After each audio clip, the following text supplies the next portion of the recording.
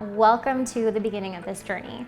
So if you're watching this, you might be a few hours post-birth, you might be a few days, few weeks, few years even, but wherever you are, it doesn't matter because this is step one in your recovery.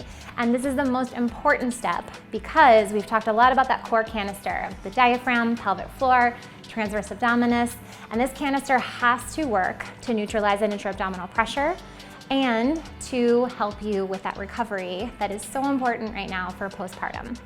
So what we have to do is find our diaphragm as the very first thing that we do. I want you to take your knuckles and I want you to find your bottom two ribs. And this can be in any comfortable position. You could be sitting, standing, laying down, maybe you're nursing a baby. I want you to find those two ribs on the bottom and I want you to just start knocking on the front of the rib cage, sides of the rib cage, and back of the rib cage. What you're doing here is giving your body some proprioceptive feedback to start to connect in with that muscle. Your diaphragm is in the shape of a hat right underneath those bottom two ribs. And because of the position that our bodies are put in during pregnancy, with the baby pressing up on that diaphragm, it tends to idle a little bit, especially towards the end. The other thing that happens is because that belly in the front, we tend to kind of pinch off the back of the diaphragm in the back. So make sure that you're checking with that alignment of your spine as well, that you've got those ribs right on top of your hips. Okay, so the easiest place to feel your diaphragm turning on is on your back. So what we're gonna do is get ourselves down to your sides. And since we're working on this from a rehab and recovery standpoint, I want you to go onto that side roll first and then bring yourself over to your back. And those legs can just be parallel underneath you. And then if you want, you can bring your hands to your belly, you can bring them to your sides, your rib cage, and I want you to just breathe like you're sleeping.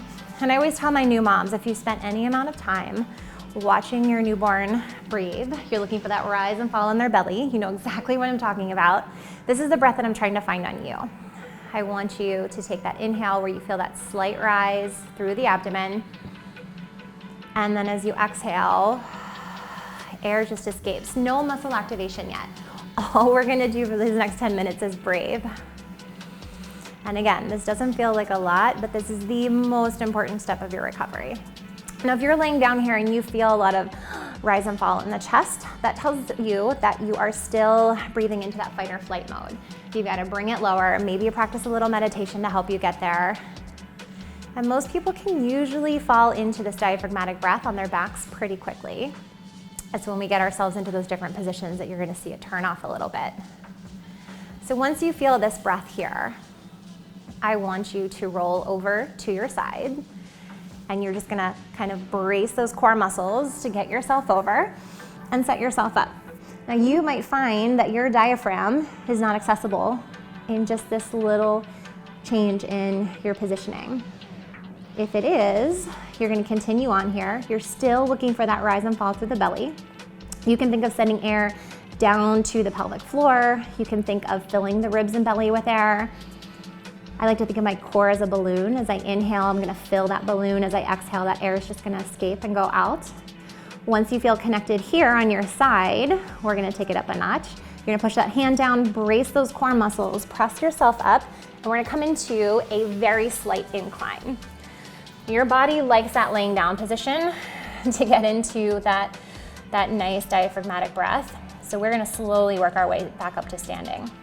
So from here, you could be down low here, you could be up, propped up.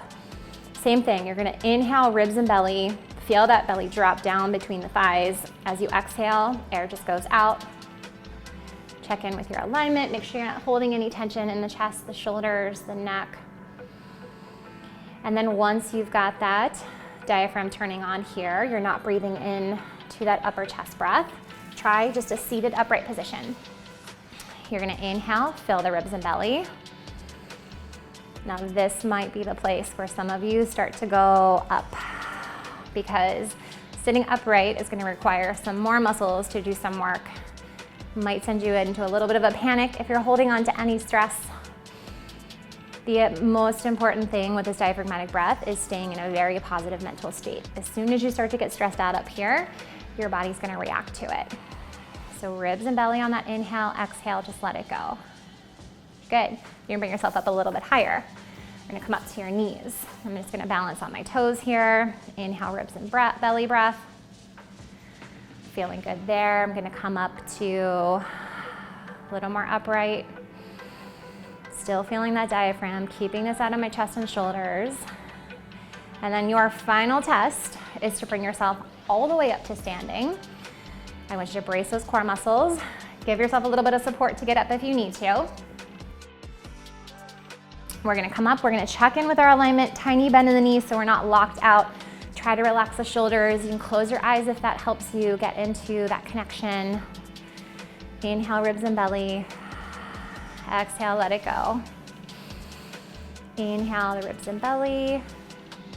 Exhale, let it go. And if you come up through any of these levels and you find that your diaphragm has turned off, take a moment to try to connect with it. And then if you can't get it, just means that your body's not ready for it yet. And then scale it back down. Maybe you come down to here or whatever level that you did feel that connection on.